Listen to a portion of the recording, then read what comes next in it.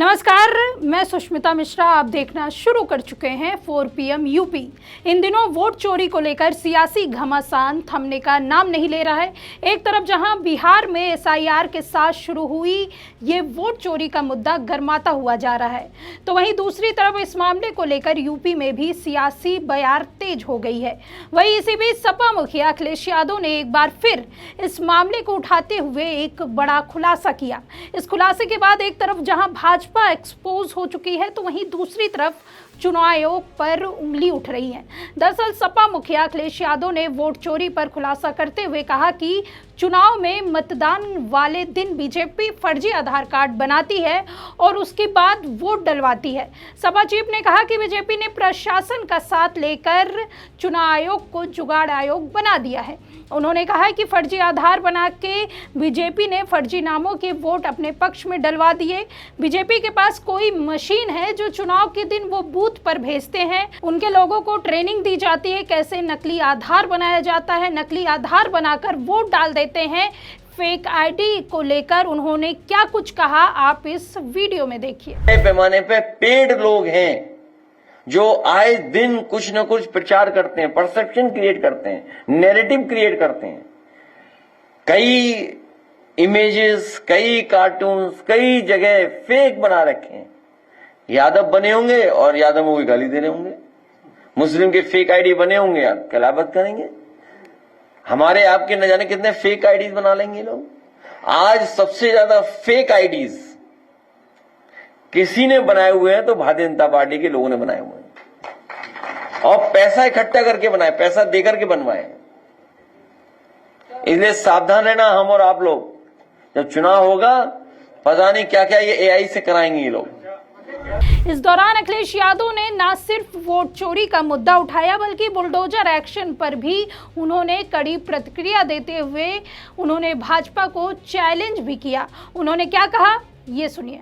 Samajwadi party ने जो बड़े बड़े स्थान बनाए हैं वहां पर अगर कब्जा करके आपने कुछ बनाया है तो जिस बुलडोजर से पार्टी कार्यालय गिरेगा वही बुलडोजर ढूंढ करके उनका भी स्मारक लेकर के चला जाएगा।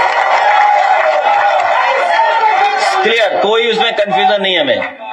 हमें कोई कंफ्यूजन नहीं है। समाजवादी पार्टी का कार्यालय गिराओगे अगर आपने बहुतों के घर गिराए हैं, मुसलमान भाइयों के घर गिराए हैं, यादव भाइयों के घर गिराए हैं, बहुत सारे हमारे ब्राह्मण भाइयों के घर गिरे हैं।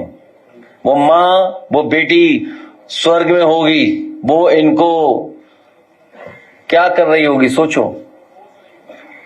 कोस नहीं रही होगी, श्राप दे रही होगी ऊपर बैठ करके। सोचिए, एक बुलडोजर चला, माँ बेटी जिंदा जल गए थे। सोचिए आप, विकास दुबे की गाड़ी पलट गई।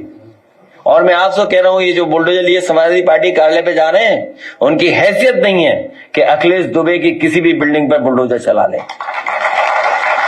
उन पे हैसियत नहीं है कि अखिलेश दुबे के जो फर्जी बनी हुई बिल्डिंगों पर बुलडोजर चला लें। ये कमजोर को डरा सकते हैं, कमजोर को, लेकिन कमजोर को जिस दिन मौका मिलेगा उस दिन इन भारतीय जनता पार्टी लोगों का इलाज भी होगा। वहीं जमीन हड़पने के आरोप पर अखिलेश यादव ने अयोध्या, वाराणसी और गोरखपुर का भी जिक्र किया। बीजेपी और उनके साथी कीमती जमीन हथियाने की कोशिश में लगे हुए हैं। अयोध्या की पावन धरती पर भी इन्होंने शर्म नहीं की। हाल ही की घटना से साफ है कि बड़े पैमाने पर अन्याय, उत्पीड़न और जमीन का गोरख धंधा चल रहा है।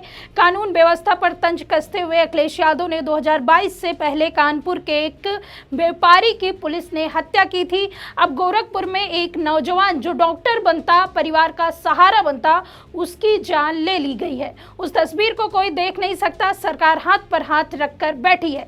आखिर किसकी तस्करी हो रही है? बीजेपी यही करती है, इसलिए भारत एक्सपोर्ट में नंबर 1 है।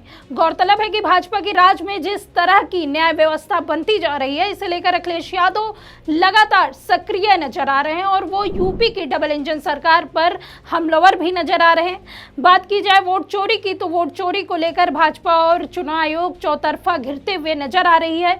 लगभग हर राज्य में भाजपा और चुनाव आयोग की मिलीभगत की पोल खुल चुकी है और दोनों पूरी तरह से एक्सपोज हो चुके हैं। इससे पहले पहले भी उन्होंने वोटर आईडी को लेकर चुनाव आयोग से बड़ी मांग कर दी थी। दरअसल अखिलेश यादव ने बीजेपी पर निशाना साधते हुए चुनाव आयोग से नई मांग की है। उनका कहना है कि चुनाव आयोग को वोटर आईडी और आधार कार्ड मेटल का बनाना चाहिए। कम से कम चुनाव आयोग को इतना खर्चा तो करना ही चाहिए। इसके पीछे अखिलेश यादव ने तर्क किया कि मेटल के आईडी होंगे तो कोई चुनाव के दिन फर्जी नहीं बन सकेगा। कहा कि आधार पर हमारा सब कुछ डिपेंड करता है, वही हमारी पूरी पहचान है। असली नकली की पहचान के लिए मशीनें बना ही सकती हैं। अखिलेश यादव ने कहा कि टेक्नोलॉजी इतनी आसान है, सस्ती है, चुनाव आयोग को सुधार करना चाहिए, सरकार को हमारी मांग माननी चाहिए। तो चलिए अब बात करते हैं आखिर ये वोट चोरी का मुद्दा उठा कहां से। दरअसल कांग्रेस नेता राहुल गांधी ने एक प्रेस कॉन्फ्रेंस करके चुनाव आयोग को पूरी तरह से एक्सपोज किया था। गौरतलब है कि राहुल गांधी ने 7 अगस्त को वोटर लिस्ट में फर्जी नाम जोड़े जाने के आरोप लगाया था और कर्नाटक की वोटर लिस्ट में गड़बड़ी दिखाई थी। उन्होंने बेंगलुरु सेंट्रल लोकसभा सीट के महादेवपुरा विधानसभा क्षेत्र में वोट चोरी का आरोप लगाया था। चुनाव आयोग ने राहुल गांधी और विपक्षी नेताओं के दावों को भ्रामक बताते हुए खारिज किया था। विपक्षी दलों के सांसदों ने इस मुद्दे पर संसद भवन से चुनाव आयोग के कार्यालय तक 11 अगस्त को मार्च भी निकाला था। लोकसभा में विपक्ष के नेता राहुल गांधी की अगुवाई में निकले इस मार्च में करीब 300 विपक्षी सांसद शामिल थे, जिसे दिल्ली पुलिस ने बीच में ही रोक दिया था। समाजवादी पार्टी के प्रमुख अखिलेश यादव समेत कई विपक्षी सदस्य उन्हें रोकने के लिए लगाए गए बैरिकेड्स फांद गए थे। दिल्ली पुलिस ने राहुल गांधी, अखिलेश यादव समेत कई विपक्षी सांसदों को हिरासत में लिया था। चुनाव आयोग ने विपक्ष के आरोप खारिज करते हुए बिहार वोटर लिस्ट रिवीजन के दौरान पारदर्शिता सुनिश्चित करने के लिए उठाए गए कदमों की जानकारी दी थी। हालांकि इस वोट चोरी के मामले पर कांग्रेस ने तो बड़े दावे भी किए थे। सामने आई खबरों के मुताबिक कांग्रेस की तरफ से कहा गया कि 2024 के लोकसभा चुनाव में वोटर फ्रॉड की वजह से उसे करीब 70 सीटों पर शिकस्त झेलनी पड़ी। ये ऐसी सीटें हैं जहां जीत हार का अंतर 50,000 से कम वोट का रहा था। राहुल गांधी और कांग्रेस यह देख रहे हैं कि क्या उन सीटों पर बीजेपी की जीत वास्तविक थी। खबरों के मुताबिक राहुल गांधी ने ऐसे वोटर लिस्ट की वकालत की है जिसे मशीन पढ़ सके, लेकिन चुनाव आयोग ने इसे खारिज कर दिया। इतना ही नहीं, बल्कि ये भी कहा गया कि इस पूरे मामले पर सचिन पायलट की राय है कि पार्टी को सावधानी बरतनी चाहिए और हारने वाले उम्मीदवारों को अपनी नाकामी के लिए केवल वोट चोरी को दोष नहीं देना चाहिए। यह डेवलपमेंट ऐसे समय सामने आया जब विपक्ष और राहुल गांधी वोटर लिस्ट में गड़बड़ी के मुद्दे पर चुनाव आयोग पर हमलावर हैं। लड़ाई इतनी बड़ी हो गई है कि बिहार में मतदाता सूची संशोधन कथित वोट चोरी के खिलाफ संसद से चुनाव आयोग तक मार्च निकाला, लेकिन पुलिस ने बीच में रोककर सभी को हिरासत में ले लिया। इस मार्च में नेता प्रतिपक्ष राहुल गांधी और मल्लिकार्जुन खड़गे समेत कई विपक्षी दलों के सांसद शामिल थे। वहीं चुनाव आयोग ने भी इस मामले पर यह कहा कि राहुल गांधी को इन आरोपों पर जवाब देना होगा या लिखित रूप में बताना होगा, जिस पर राहुल गांधी ने जवाब देते हुए कहा कि ये चुनाव आयोग का डेटा है, मेरा डेटा थोड़ी है जो मैं साइन करूं, हमने आपको ही दिया है। आप अपनी वेबसाइट पर डाल दीजिए, सबको पता लग जाएगा कि सिर्फ बेंगलुरु में नहीं देश के अलग अलग निर्वाचन क्षेत्रों में हुआ है। चुनाव आयोग जानता है कि उसका डेटा फटेगा, इसलिए उसे कंट्रोल और छिपाने की कोशिश हो रही है। गौरतलब है कि चुनाव आयोग और भाजपा पूरी तरह से एक्सपोज हो चुकी है। विपक्ष ने पूरी तरह से इन दोनों की कलाई खोल दी है। अब इतना ही नहीं, विपक्षी नेता वोट चोरी के मुद्दे को लेकर लगातार जनता के बीच पहुंच रहे हैं और चुनाव आयोग का असली चेहरा जनता के सामने लाने का काम भी कर रहे हैं। अब ऐसे में देखना यह होगा कि इससे आगामी बिहार चुनाव और उसके बाद यूपी में होने वाले विधानसभा चुनाव पर क्या असर पड़ेगा।